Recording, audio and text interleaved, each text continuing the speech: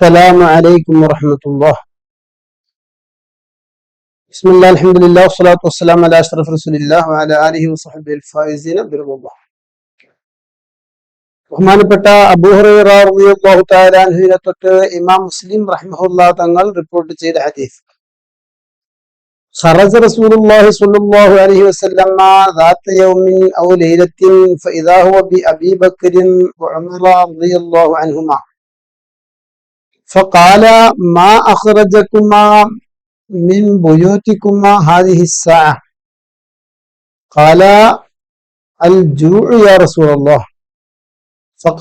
فقال أنا والذي نفسي بيده أخرجني الذي أخرجكما إلى آخر الحديث.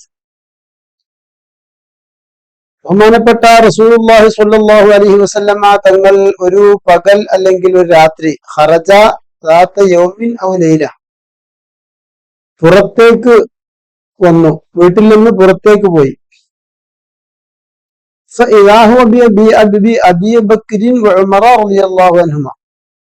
അങ്ങനെ പുറത്തേക്ക് വന്നപ്പോൾ പുറത്ത് യാദൃശികമായി അബൂബക്കർ റളിയല്ലാഹു തആല അൻഹു ഉമർ ഇബ്നുൽ ഖത്താബ് റളിയല്ലാഹു അൻഹു രണ്ടുപേരെയും കണ്ടുമുട്ടി.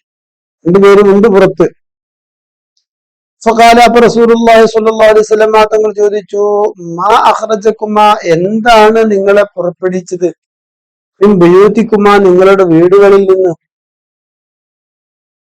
ഹദീസ, ഈ സമയത്ത്. ഇപ്പൊ എന്തപ്പോ നിങ്ങൾ രണ്ടാളും ഈ സമയത്ത് വീട്ടിൽ നിന്ന് പുറത്ത് എന്ന് ചോദിച്ചു. ഫഖാല, രണ്ടുപേരും പറഞ്ഞു, അൽ ജൂഉ യാ റസൂലല്ലാഹ്, ഞങ്ങളെ വീട്ടിൽ നിന്ന് പുറപ്പെടുവിച്ചത് വിശപ്പാണ് പ്രവാചകരെ, അല്ലാഹുവിന്റെ റസൂൽ അവർകളെ. അപ്പോ നബി സല്ലല്ലാഹു അലൈഹി വസല്ലം തങ്ങൾ പറഞ്ഞെന്താ, അനാ, ഞാൻ, വല്ലദീ നഫ്സി ബിയദിഹി, എന്റെ ശരീരം ആരുടെ അധികാരത്തിലാണോ എന്ന് പറഞ്ഞാൽ അല്ലാഹുവിനെ തന്നെ സത്യം, അഖ്റജനി അല്ലദീ അഖ്റജകുമാ, നിങ്ങൾ രണ്ടുപേരെയും എന്താണോ പുറപ്പെടുവിച്ചത് അത് തന്നെയാണ് എന്നെയും പുറപ്പെടുവിച്ചത്. അപ്പൊ സഹോദരന്മാരെ ഈ വലിയ സല്ലല്ലാഹു അലൈഹി വസല്ലം തങ്ങളും ഈ രണ്ട് വലിയ മഹാന്മാരും ഇവര് മൂന്ന് പേരും വീട്ടിൽ നിന്ന് പുറത്തിറങ്ങിയിരിക്കുന്നത് ഭക്ഷണം കിട്ടാനാണ്, വിശന്നിട്ടുണ്ട്. ഒന്ന് ആലോചിച്ച് നോക്കണം. ഒരു ജനങ്ങളുടെ ഏറ്റവും വലിയ നേതാവും ആ ജനങ്ങളിൽ വെച്ച് ശേഷമുള്ള ഏറ്റവും വലിയ രണ്ട് നേതാക്കളും നേതാക്കന്മാരുടെ അവസ്ഥയാണ്. വിശപ്പ് കൊണ്ട് പുറത്തിറങ്ങിയിരിക്കുകയാണ്. അത് ചിന്തിക്കേണ്ടതല്ലേ?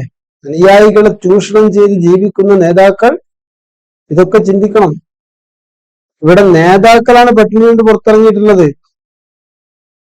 എന്തായാലും അങ്ങനെ സല്ലല്ലാഹു അലൈഹി വസല്ലം തങ്ങൾ പറഞ്ഞു, എഴുന്നേൽക്കുവേ എന്ന് പറഞ്ഞ് രണ്ടുപേരും ഒരു മൂന്നാളും കൂടിയിട്ട് പുറപ്പെട്ടു. ഒരു അൻസാരിയുടെ വീട്ടിലേക്ക് പോയി. ചുരുക്കി പിറവ് അല്പം ദീർഘമായ ഹദീസാണ്. വീട്ടിലേക്ക് പോയപ്പോ അൻസാരി അവിടെ അല്ല, ഭാര്യ വളരെയധികം മർഹബൻ വഹല സ്വാഗതം ചെയ്തു.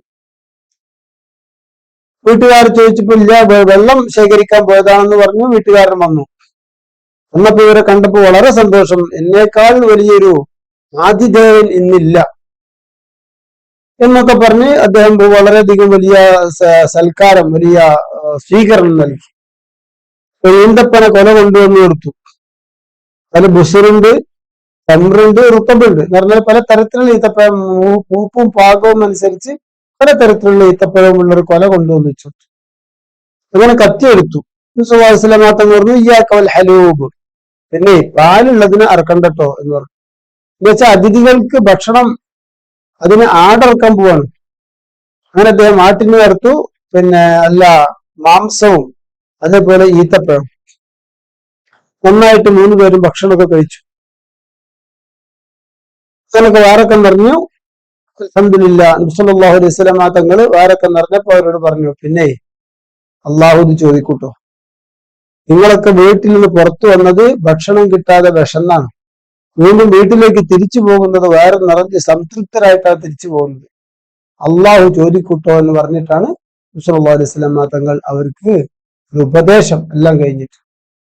സഹോദരന്മാരെ എത്രമാത്രം ചിന്തിക്കാൻ, എന്തെല്ലാം ഒരു പാഠം ഈ ഹദീസിലുണ്ട്.